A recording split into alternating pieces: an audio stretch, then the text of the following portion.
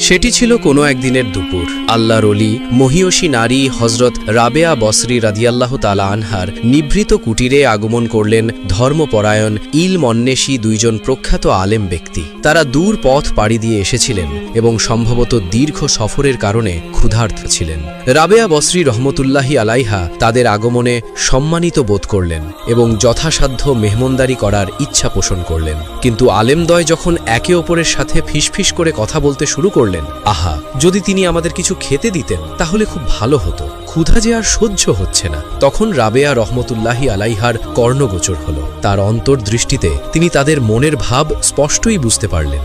কিন্তু সেই মুহূর্তে রাবেয়া রহমতুল্লাহি আলাইহার কাছে মেহমানদের আপ্যায়ন করার মতো পর্যাপ্ত খাবার ছিল না। তার কাছে কেবল সাধারণ মানের দুটি রুটি ছিল, যা হয়তো তিনি নিজেই খাবার জন্য রেখেছিলেন। তবুও তিনি অত্যন্ত বিনয়ের সাথে সেই দুটি রুটি এনে সম্মানিত অতিথিদের সামনে পেশ করলেন। ঠিক সেই সময় ঘরের দরজায় এসে দাঁড়ালো একজন ক্ষুধার্থ শীর্ণকায় ভিক্ষুক। ভিক্ষুকটি করুণ কণ্ঠে বলল, আমি ক্ষুধার্থ, যদি আমাকে আল্লাহর বাস্তে কিছু খাবার দেন তবে আমার জীবন রক্ষা হয়। এই দৃশ্য দেখে রাবেয়া বসরি রাহিমাহুল্লাহ এক মুহূর্ত দ্বিধা করলেন না। আলেমদ্বয়ের দিকে এগিয়ে থাকা সেই দুটি রুটি তিনি তৎক্ষণাৎ উঠিয়ে নিলেন এবং গভীর তাওয়াক্কুলের সাথে সেই ক্ষুধার্থ ভিক্ষুককে দিয়ে দিলেন এবং তাকে হাসি মুখে বিদায় জানালেন। আলেমদ্বয় এতে কিছুটা আশ্চর্য হলেন। তারা ভাবলেন তাদের সামনে থেকে খাবার উঠিয়ে নিয়ে একজন সাধারণ ভিক্ষুককে দিয়ে দিলেন, তবে কি তাদের প্রতি তিনি সন্তুষ্ট নন? রুটি দুটি চলে যাওয়ার কিছুক্ষণ পরই এক অপ্রত্যাশিত ঘটনা ঘটল। রাবেয়া বসরি রাহিমাহুল্লাহ এর প্রতিবেশীর বাড়ির একজন ধনী মালকিন তার দাসীকে দিয়ে কিছু খাবার পাঠালেন।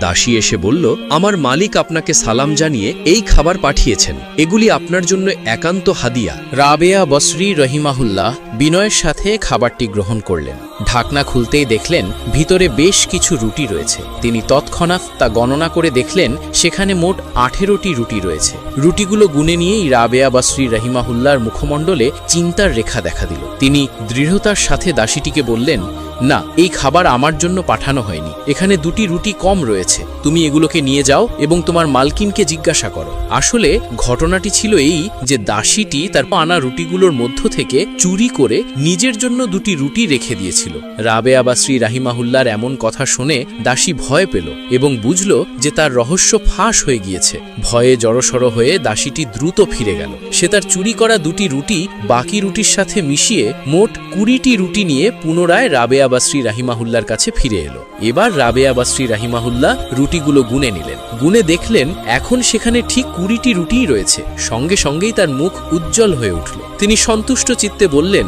হ্যাঁ, এইবার ঠিক আছে, এই রুটিগুলি আমার জন্য আল্লাহর তরফ থেকে পাঠানো।